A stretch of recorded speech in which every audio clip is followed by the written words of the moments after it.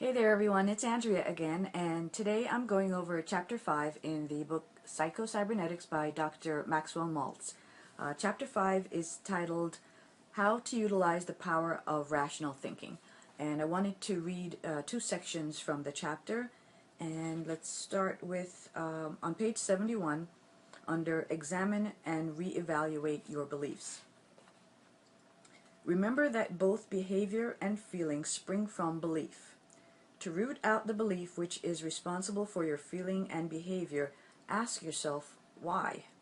Is there some task which you would like to do, some channel in which you would like to express yourself, but you hang back, feeling that I can't? Ask yourself, why? Why do I believe that I can't?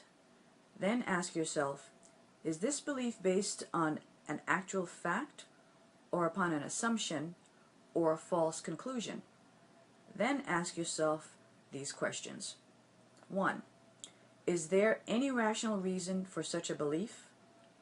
Could it be that I am mistaken in this belief? Would I come to the same conclusion about some other person in a similar situation?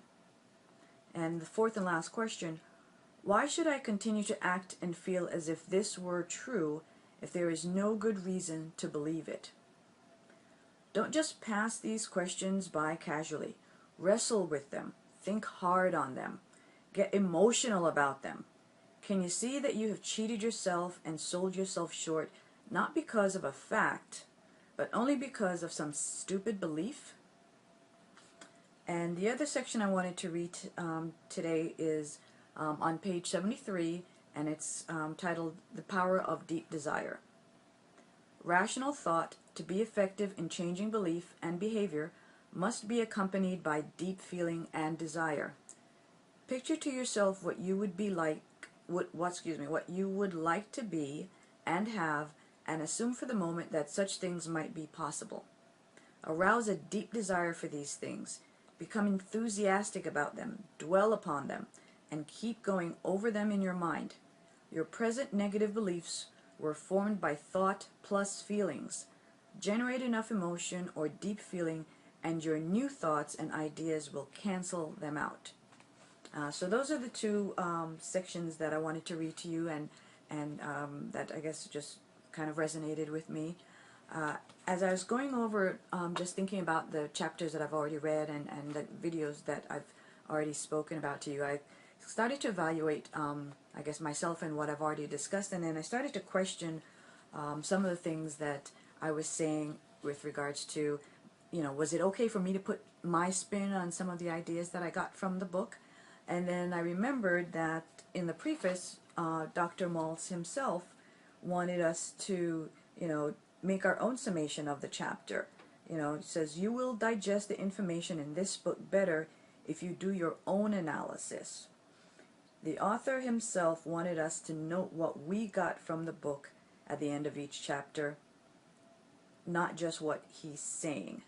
And after I thought about that, and I kind of like, okay, maybe not too bad, because as you know, it's we always are our own worst critics. But wondering about my take on the book and his theories, I started to remember the Indian fable, The Six Blind Men and the Elephant. Some of you may remember this, where, and I don't remember the entire fable, but the basic premise is that six blind men wanted to see, air quotes, an elephant, but all of them, when finally brought to an elephant, came at the elephant from different directions, so that when they finally got in contact with the elephant, they were touching different parts of the elephant. So one blind man exclaimed, "Ah, now I see, the elephant is like a great wall." The second blind man said, "No, you're totally wrong. The elephant is like a spear." The third blind man said, "Oh, you're both wrong. An elephant is like a rope." The fourth blind man said, "Oh, you guys, you're all blind. The elephant is like a serpent."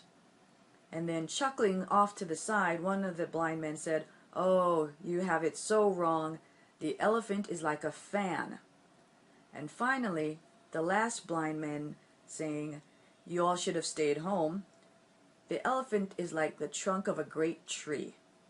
And if you all remember the fable, the a blind man that said the elephant was like a wall was touching his side.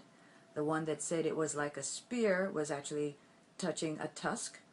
The man that claimed it was a rope was touching his tail.